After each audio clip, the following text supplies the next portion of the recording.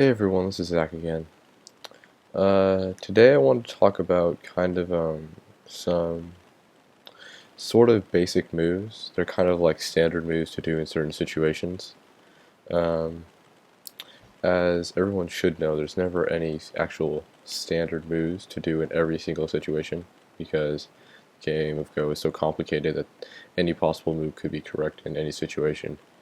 But in most cases, these moves that I'm about to show you are correct.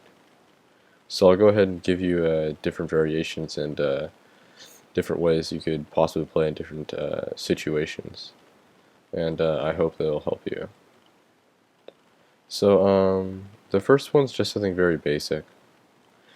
It's let's just say you had an example like this, and then um, black try to go under. This would be an end game when you're trying to get into your opponent's territory or whatever. Obviously, white can't play here because then you cut. We all know this. So I think most of us has probably figured this out. That's why I said this is a basic concept. But the correct move in almost every circumstance is to play this. If he plays here, you block, he goes up. Don't worry about this cut. You can just do this. And then he has a weak group floating in the center. In some cases, let's say your group at R15 was weak or something and you didn't want to Atari it up like I just did. What you could do is connect and let him go further and then jump out again just to make sure you're safe. Or black might also do this, which you can do this. Atari, he goes back, you connect. Doing this again, the cut in this case is even less lethal because you can ladder it in most cases. So yeah, this was the simplest of ones, something that would most likely all know, that this jump is generally correct. I don't really think there's any other option. Maybe white can try something like this, but now black can jump out and now you're going to be following him and then you have to do this, so I don't see much reason for doing that as white. Anyways, the next example I wanted to show you is also a little bit more basic. Most likely most of you found out by experience. But it's just when you have something like this and white tries to go under. It's generally best not to do this double hane, you could say, on the side like this because white doesn't have to connect in every case. You can go in Atari, capture, Atari, and then your stones are dead. The only time you can actually play this is if you have enough co-threats. The problem with this is it's very heavy for black and very light for white. What that means is black loses a lot more than white if he loses to co, because the only way that he can actually get out of this is by playing co like this. And for one thing, white gets to take the co first, and black needs enough co threats. And this is also very heavy for black because it's worth a lot more points than it is for white. If black wins, all his territory in this side gets destroyed. If if white wins, if black wins, then white doesn't really get hurt at all. His territory is still fine. So yeah, it's been generally best just to Nobi first, then Atari. White can never cut in this case, ever, because stuff like this never works if two stones are taken. White connects, you connect, and it's really only a difference of 2 points, so it's not that big of a deal anyways. If you're playing in Blitz and you're not sure how many co-threats you have, it's generally always best just to play it safe and do something like this. If you know you have enough co-threats, go ahead and do this. But remember, this is worth, if you lose it, probably a good 10 points or so. So you have to make sure that your co-threat is actually worth enough. Um, the next example is a little bit harder to understand, but not that much so, I don't think. This is another thing you guys might have found out also. So it's when white tries to hane over like this, when you're 2 stones at S11, or, okay. So when you have 2 stones like at S11, and white is taking up all of its liberties except 2, like where if there's a cutting point at like R12, when you have this shape, black never wants to do this, because this time black can't even play ko, really. This is just a ladder to the end.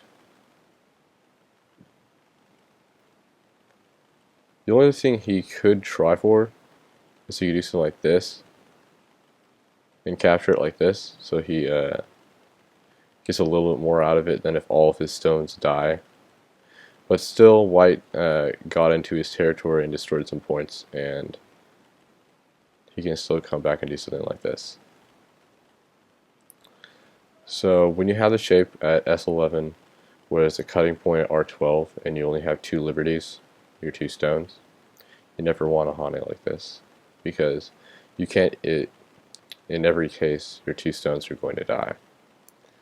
So there's a there's a move that people a lot of times do to try to prevent this, and that's this move. This isn't correct because if white goes like this, you're in gote. And there's a better move also. This would be fine if there wasn't a better move, but there is. Like before, the better move is to jump out like this. Like in the other case I showed you when white was trying to breach under when he had a stone at T10. So then, obviously white can't cut. If white Ataris, then he's in gote. White Nobis, same thing, he's in gote. So the real difference between this move and this move is that in the end, white, someone's going to end up in gote. In this move, black ends up in gote, and in this move, white ends up in gote. And especially in the end game, and even in any type of the game, sente and keeping sente is very important, because that could be the difference between whether you win by 5 points or you lose by 5 points. So when you have this shape, you want to jump out like this, because then if white tries to do something like this, you'll end up in gote. So when your opponent does this, white generally doesn't want to play anything else. He can play this and then stop and play somewhere else usually, because then he gets to move somewhere else, and I'm sorry, he doesn't put himself into gote like this. So unless this is actually worth pushing through like this, usually white just wants to leave it like this and go play somewhere else, and then later, if it's worth enough, come back and play this variation out. Anyways, one other thing was when you have a shape like a ko, where black is like this. Most of us know this, but not all of us. So this is similar to the other variation where white can do this if he has a ko. Because as you can see, white cuts, there's ko right here. And if black wins a ko, anything white has on that side is destroyed. In this case though, the ko is heavy for both sides, different from the other one. So again, you can either jump out or nobi. Again, jumping out is better because then your opponent ends in gote, in this case anyways. And so yeah, only hane when you have enough ko threads. So pretty much every topic I've talked about so far has been really beginner. Well, I don't want me to offend anyone who didn't know this, but it's been pretty basic stuff. So the next thing I'm going to go over is not quite so basic. It's it's something we probably should all know, but a lot of us don't. I know I didn't learn it until I was probably 4Q or something. So, which wasn't that long ago. Um, if you just pick a simple Joski,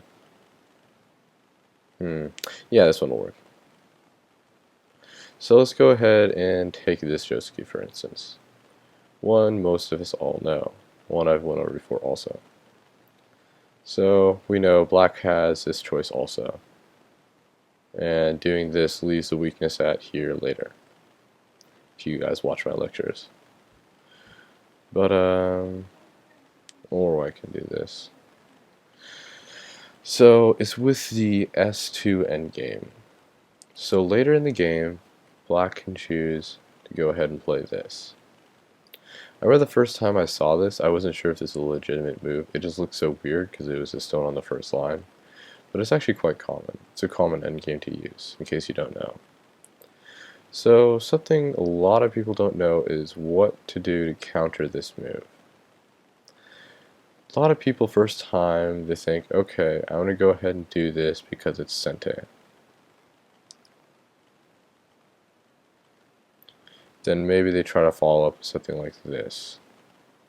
But of course it doesn't work. Anyways.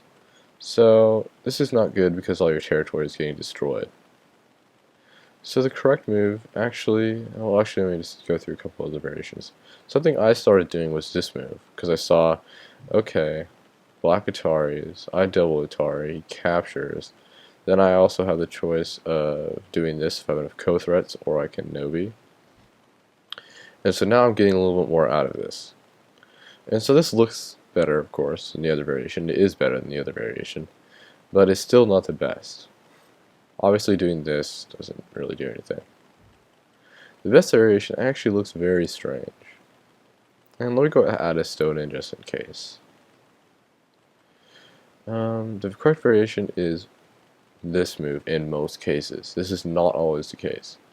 This is one of those things where probably correct like 60% of the time, 70%, especially in the end game, because usually you're strong and wherever black's trying to do this move. So one thing black does not want to do is this move.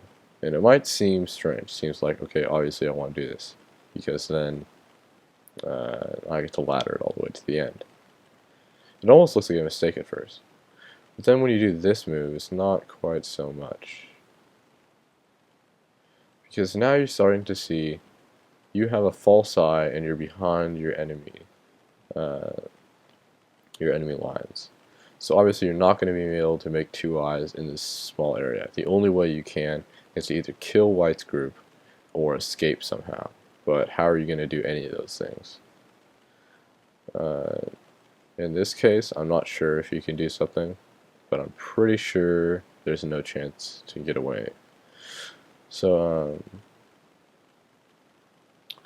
the reason why this move is mostly correct, because usually this move isn't played until the end game. And in the end game, usually your group is pretty strong because black has already tried to invade it and do other things to it, so that your area is pretty strong. So you can usually do this move because if black kills this stone, there's no really way to either kill your group or escape. This is not always the case though. Sometimes your group has weaknesses in certain areas, certain cutting points, where it may not be the best choice to do this move because your opponent might actually be able to kill you locally or live locally somehow. So you always have to read out before doing this move.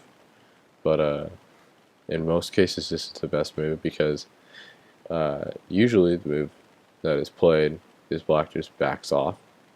And the next move for white is also important. It's this move. Now it might seem like black can do this, but Again, he can't because white has this move. Now black has to capture. He can't go up where he's captured.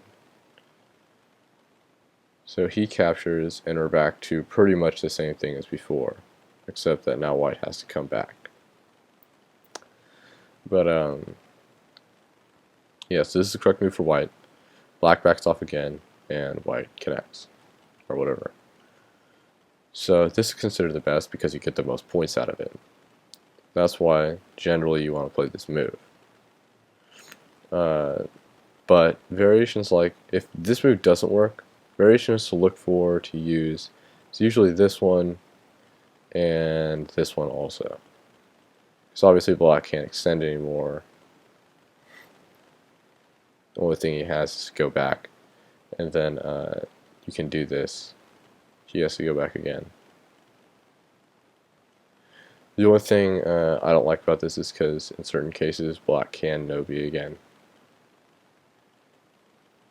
But that's not always the case.